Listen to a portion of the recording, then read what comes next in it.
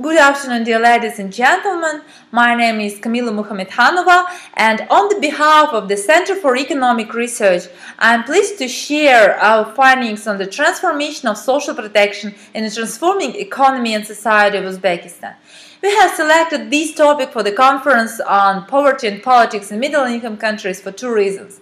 First of all, the policies of social protection are one of the most important components of poverty reduction strategies in any country. And secondly, the recent graduation of the Republic of Uzbekistan into the category of middle-income countries makes us to take a new look at the system of social protection and social policies in our republic. Development of social policies and social protection in the Republic of Uzbekistan was a gradual process that was closely linked to the general course of socio-economic reforms. And therefore, before providing an insight into the evolution of social protection, we need to look to the overall context and development trends in Uzbekistan. First of all, there are three major trends which should be considered. These trends are demographic trends, economic transformations, and social transformations. Talking about the demographic trends, we need to say that in the Republic of Uzbekistan, throughout the years of independence, accelerated population growth was accompanied by accelerated growth of labor force. And this was taken into account while developing the social policies and social protection schemes. In the terms of economic transformation, you can see from the second graph here that the overall growth of the GDP was accompanied by a decrease of the poverty reduction throughout the recent decade. But at the same time, it's important to point out three major stages in development of economic transformations. In the early 1990s, the economic transformation was defined by the adverse effects of the transition period from the common to market economy. By the mid-1990s, the moderate economic growth has been achieved, and at this period of time, the development of the private sector starts. And since the mid-2000s, there was a period of rapid economic growth that was accompanied by accelerated structural reforms, institutional transformations, and changes in the economy. All these stages were taken into account while developing the social policies and social protection schemes. In the terms of social transformations, we need to tell that during the period after gaining the independence, the new class of entrepreneurs has been created. And the expansion of the middle class is the main factor of social changes in the economy during this period of time. It's also important to say that currently there is a large share of middle class reserve in the economy. And the ultimate goal of social transformations is the transformation of this middle class reserve into the solid middle class to provide social stability in the society. Here you can see the evolution of the social protection in Uzbekistan. Again, the evolution was defined by the overall context of development trends. And therefore, in the early 1990s, where the main task was to mitigate the major adverse effects of transition period, the universal social support has been implemented. After that, when the moderate economic growth has been achieved, the targeted system of social protection has been introduced. And now, as the rapid growth, as the income of the population is increasing and economic growth is also accelerated, the further transformation to target social protection has been implemented in Uzbekistan.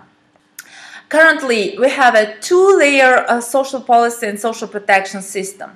At the macro level, we mostly talk about the social policies, which include education, healthcare, and targeted national programs. Talking about the targeted national programs, we mostly mean the labor market policies, the programs on the construction of the rural housing, etc., etc. At the micro level, we talk mostly about the social protection. And here we have social insurance, targeted social assistance, and social services for the population. The basic principle of the current system of social protection is to counter the negative consequences of vulnerability and providing the financial means for decent existence. But this is also the key problem of the current system of social protection, because within this approach, the current model is not sustainable in the long-term perspective. And there are several reasons for that. First of all, taking into account the aging of the population and current demographic trends, preservation of the current safety net system will lead to the high fiscal burden in the long-term perspective, and it will pose a threat for the fiscal sustainability in future. The second reason is that the current system does not provide for the comprehensive policies for creating special mechanisms and incentives for the vulnerable groups to be involved into the mainstream and effective economic and social activities. And it means that the current system, within the current system, there is a very limited way to implement the promotive and transformative functions of social protection. For these reasons, the current system of social protection needs to be reformed, because the existing social protection model will not perform its four major functions efficiently. I mean, the preventive, protective, promotive, and transformative functions in the long-term perspectives. And this will pose the threat for providing and ensuring the long-term economic resilience and sustainability. All this means that the new model of social protection needs to be developed in Uzbekistan. Okay, the first way in order to develop the new model is to look at the foreign experience and to employ the foreign experience. There are two polar options in the terms of foreign experience. First option is when the focus is more on safety net functions, the generous social security system is provided. But in this case, the large magnitude of the redistribution policies leads to the high tax wage in the economy. And for this, this model is more specific for Scandinavian economies. Another option is the reduced social spending, high incentives for development of the private sectors. In this case, we have the relief tax wage, but in this case, the social security system is also not as generous as in the first model. This model is more specific for Asian countries. However, and for the case of Uzbekistan, neither of these models is fully applicable. For example, these could be illustrated from the graphs here. For example, on the first graph, I mean the upper left graph here, you can see that due to the policies aimed at development of the private sector, the taxes in the Republic of Uzbekistan are not that large as in Scandinavian economies. But at the same time, they are pretty larger than, for example, in Asian countries. From the second graph, you can see that the government budget expenditures are again much larger than in Asian economies, but still smaller than in Nordic countries. From the third graph, you can see that in the terms of performance, although the very high rates of economic growth in Uzbekistan are not provided, for example, like in China or some Asian countries, but the country has developed its social security system that provides social insurance and social assistance for the vulnerable and social services for all the population of the Republic. All this analysis shows that for the Republic of Uzbekistan, the specific model needs to be developed, because at various stages of development, various models have been implemented and applied, and these actually provided the opportunity to be flexible in the conditions of transformations in the Republic of Uzbekistan. And now, of course, based on the foreign experience, but we need to develop and to select for Uzbekistan its own path and develop the new specific model. We have tried to develop the overall framework for the social protection model in Uzbekistan. Within the research, we have tried to develop the overall framework for the social protection model in Uzbekistan. First of all, we need to implement the holistic approach to social protection.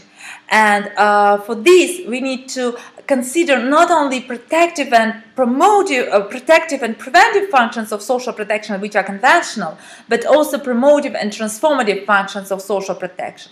And it's also important to integrate and consolidate different policies, social policies, and consider them within the framework of social protection. I mean the labor market policies, promotion of entrepreneurship, reformation of the system of governance, administrative reform, and so on.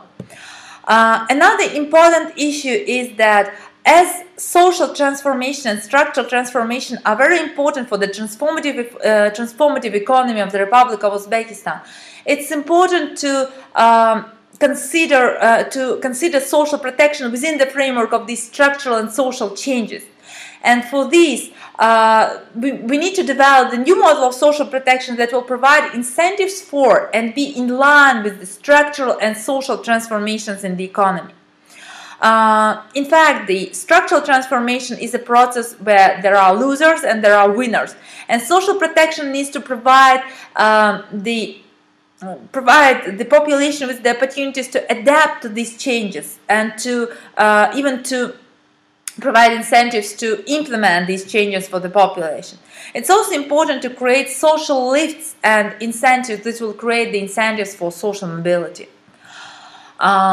In order to implement the holistic approach, the research goes into not only allowances and pensions, which are pretty conventional in the terms of social protection, but also labor market policies, education and healthcare, the policies on development of the rural infrastructure and rural construction of housing, the policies on development and reformation of institutions and even food security.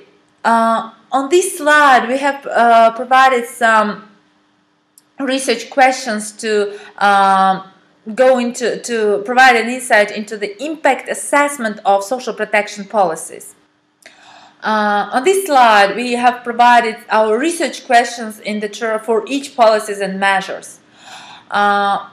Again, in order to consider not only protective and preventive, but also promotive and transformative functions of social protection, we have posed the questions covering these issues. For example, in the terms of allowances, we consider not only the effect of allowances on poverty reduction and welfare improvement, but also the effect of allowances on the change of the social status of the recipients. We also want to see which social programs contribute to such changes in order to develop the complex of measures, for example, allowances with some social programs that will lead to the changes in the economy and that will lead to the changes in social status of the population and social transformations. In the terms of pensions, we also look not only on the effect of pensions on the welfare, but we, for example, try to find out how pension expectations affect the employment of people at the working age. In the terms of labor market programs, we consider 4 different types of labor market programs and measures. First is the administrative programs on generation of jobs. Second is the providing of favorable business conditions and microcredit programs. Third is the programs on special trainings for the population and improving of the education. And fourth is the expansion and creation of new industries and enterprises. And we are going to compare these programs in the terms of their effect on poverty reduction, on social mobility, on social values and behavioral stereotypes of the population. Programs on construction of rural housing are also very important in the terms of their transformative effect, and we are going to provide an insight into these as well. Education and healthcare, of course, is important in the terms of the improving of the quality of the human capital, and this is also one of the main research questions of this paper. Last but not least is the quality of institutions. We are going to see, if we are going to suggest the new model, we need to see how this new model will fit with the design, principles of work, mechanisms of monitoring and assessment existing in the terms of institutions of social protection. And we are also going to assess the costs and benefits of introduction of new institutions in order to see what is the optimum way for developing the new system of institutions. Our research will consist of 2 stages. The first stage is the preliminary stage, where we try to find some preliminary results based on some in-depth interviews and discussions with the expert community. And the second stage will be the sociological survey that will be implemented a bit later. Now we'll present some of the preliminary results in the terms of improving the structure of social protection. So, according to the preliminary results, we have found, based on the results of the research, we have found that social allowances are important and are much more effective when they are accompanied by some social programs. And therefore, it's important to assign social allowances taking into account the expected and actual effects of the social programs like employment programs, development of rural housing construction, and so on. Taking into account that the link between salaries and pensions is not that strong, it's important to strengthen this link by improving the methods of accounting in order to create the incentives for productive employment in future. It's also important to expand the active policies on the labor market because based on the results of the preliminary analysis, we have found that the active policies are much more effective than the passive policies on the labor market. And for this reason, it's important to develop such policies like special trainings for the population and professionals, creating favorable business opportunities for people, developing some microcredit programs, and etc. And on the other hand, the programs aimed at generation of jobs, I mean the administrative programs, should be minimized. Taking into account the positive impact of the programs on construction of rural housing on the welfare of the population, and what is more important, on the values and behavioral stereotypes of the population, it's important to proceed on developing of such programs. On this slide, you can see preliminary results of our research on improving the quality of institutions. And in these terms, we can say that first of all, the system of institutions needs to be formalized, and the methodology for identification of the vulnerable groups needs to be revised. It's also important to develop the social standards and norms to create the legal framework for social protection. Another important issue is developing and reconsidering the functions of various agencies in order to prevent the duplicating of some functions. Third important issue is that reconsideration and revising of the mechanisms of monitoring and assessment of the system of social protection. First of all, it's important to the transition of the system from expenditure-oriented to the results-oriented system is important. And it's also important to develop the special qualitative indicators for the system of social protection. We have shown some preliminary results of the research. However, now we are at the stage of developing of the questionnaire for the sociological survey. But what is important at this stage is to find out if we are on the right path. Because the topic of social protection, the topic of transformative social protection is pretty new for our public. And it would be really great to use the experience of such an expert community as here to find out if the research questions are posed correctly, if the approaches and methods used are correct. Maybe some dimensions are omitted, and we would be really thankful to know from you and then incorporate these new dimensions. So please, if it is possible, please advise, and if you have any comments or questions, please write to the email, and you can also leave the comments on our blog post. Thank you very much for your attention, and we really count on your comments, and that will be certainly incorporated in our research. So thank you very much for your attention.